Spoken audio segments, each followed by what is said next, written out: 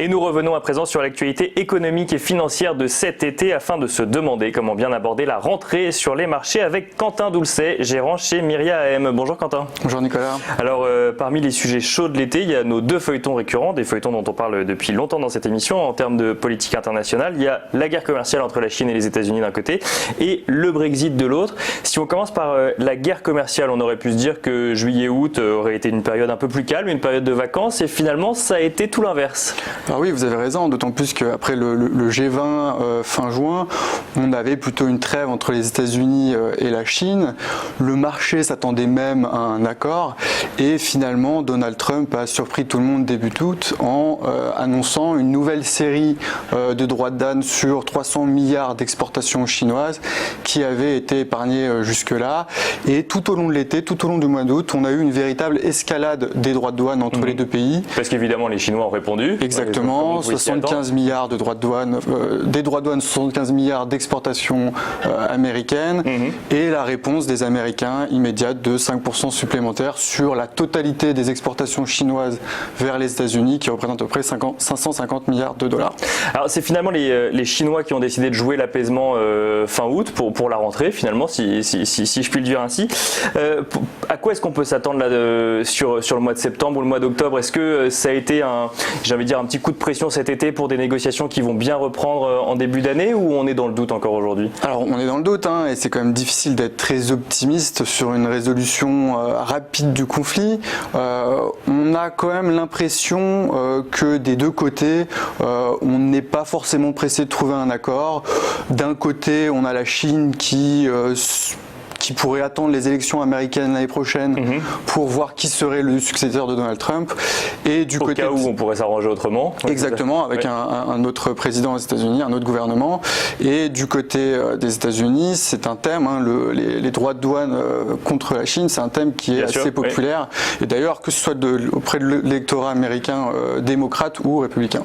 Et alors, ces deux économies, alors il y a quand même plusieurs indicateurs qui nous montrent que finalement elles pâtissent un peu de cette guerre commerciale. Est-ce qu'elles vont avoir les moyens longtemps de continuer dans cette voie justement de la guerre commerciale? Parce qu'il y a le politique, effectivement, puis il y a l'économique derrière. Bien sûr, il y a l'impact sur l'économie.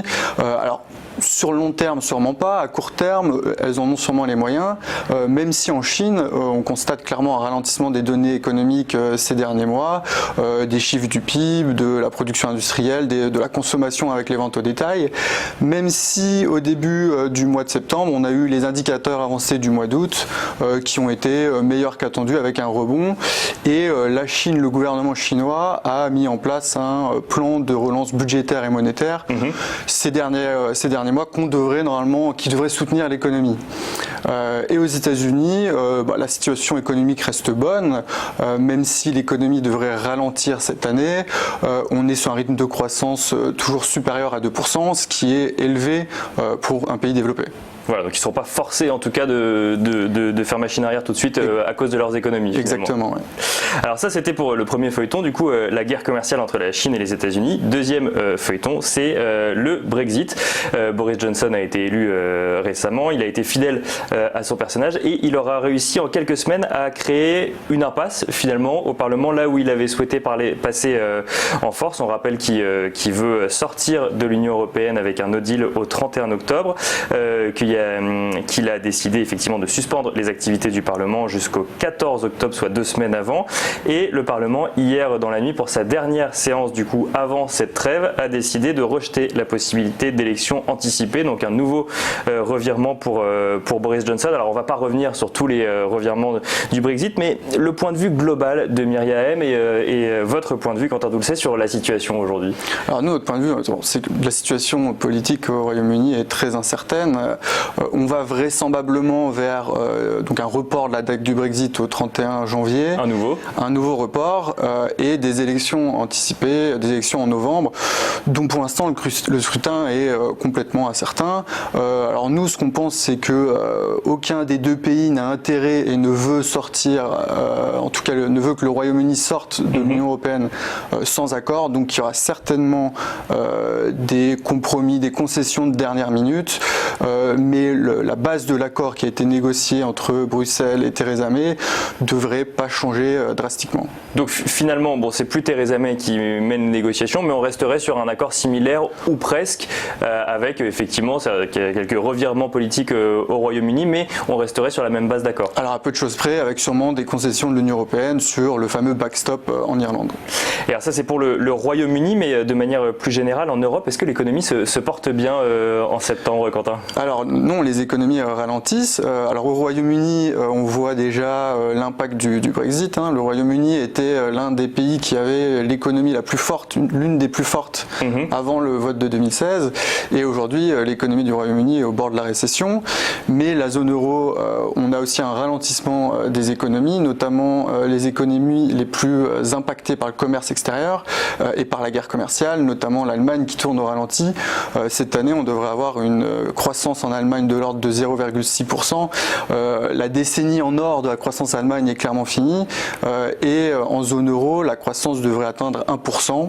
C'est en ligne avec la croissance potentielle, mais largement en deçà de ce que l'on a pu connaître ces dernières années. Du coup, on vient quand même de lister que des bonnes nouvelles depuis le début de cette analyse. Quelles ont été les conséquences sur les marchés? On a senti qu'en août, le marché frémissait un petit peu plus que les derniers mois, ou au contraire, il continuait à monter alors qu'il n'avait pas forcément que des bonnes nouvelles. Alors oui, on a eu clairement un regain de volatilité sur le mois d'août, mais l'ajustement sur les actions a été relativement modeste, avec une baisse au final fin août de 1 à 2%, que l'on a rattrapé d'ailleurs début septembre. L'ajustement s'est réalisé sur les emprunts d'État, où on a eu une baisse généralisée et très importante des taux, et on a notamment le Bund, donc le 10 ans allemand ou le 10 ans français l'OAT, qui ont touché des plus bas historiques à moins 0,4 pour la France et moins 0,7 pour l'Allemagne. Mais alors pour le coup, les investisseurs n'ont pas délaissé spécialement les actions en août. Alors les investisseurs n'ont pas délaissé les actions au global, mais il y a eu des ajustements qui sont faits entre secteurs et entre types de valeurs.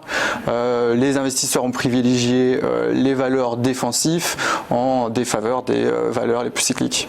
Et alors aujourd'hui, on est le 10 septembre, alors il est 8h57, la bourse de Paris n'a pas encore ouvert, mais le CAC 40 est proche des 5006, donc finalement on est revenu sur les sommets, même sur des sommets presque historiques du CAC 40. Ça veut dire quoi? Ça veut dire que le marché anticipe de futures bonnes nouvelles malgré tout ce qu'on vient de se dire? Alors on sent bien que le marché est assez partagé entre le ralentissement économique global plutôt lent et le soutien des banques centrales. À court terme, les actions restent attractives en relatif. On a des données économiques qui sont pas catastrophiques, on a un niveau de valorisation qui n'est pas excessif dans un contexte de taux bas, et on a ces banques centrales qui reviennent en soutien des marchés. Alors qui abaissent pas forcément encore leur taux, mais qui ont des discours accommodants, c'est ça? Donc on s'attend à des futures bonnes nouvelles de la part des banques centrales. Alors exactement, alors la Fed, la Réserve fédérale américaine, la Banque centrale américaine, elle a déjà baissé ses taux une fois de 0,5% le 31 juillet. C'est la première fois depuis 10 ans qu'elle le faisait, et on attend donc demain la BCE qui devrait annoncer une baisse du taux de dépôt en zone euro, et qui probablement dans les prochains mois devrait relancer un programme de rachat d'actifs en zone euro.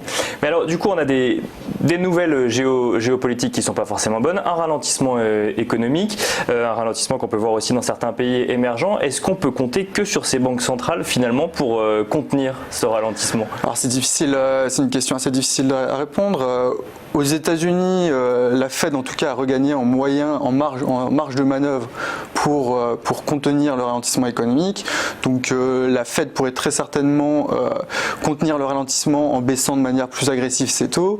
En zone euro, c'est un petit peu plus compliqué. On a des taux déjà extrêmement bas et il faudrait certainement plus qu'une politique monétaire très accommodante. On aimerait voir en zone euro un plan de relance budgétaire dans certains pays qui en ont les moyens, notamment en Allemagne. Et alors pour finir, Quentin Doulcet, dans le contexte qu'on vient d'évoquer, quelle est la stratégie de Miriam sur les marchés? Alors nous, l'environnement économique pour nous va continuer de ralentir lentement, mais sans rentrer en récession. Alors on reste relativement prudent mais opportuniste. C'est-à-dire que sur les actions, on va avoir une allocation légèrement inférieure à 50%, en privilégiant les actifs de croissance, les zones de croissance comme les États-Unis et les valeurs de croissance en zone euro. Et on va chercher à être opportuniste, c'est-à-dire à renforcer les actions sur des baisses de 5 à 10%. Du côté des taux, c'est un petit peu plus compliqué. On trouve que le niveau de valorisation au global est excessif. On va donc avoir une duration, une sensibilité à l'évolution des taux d'intérêt faibles, inférieurs à 2 ans, et on va privilégier les actifs de croissance de portage, notamment le high yield et la dette émergente. Eh bien, merci beaucoup, Quentin Doulcet, d'être venu commenter l'actualité de cet été, nous donner la stratégie de Myria AM. Je rappelle que vous êtes gérant chez Myria AM.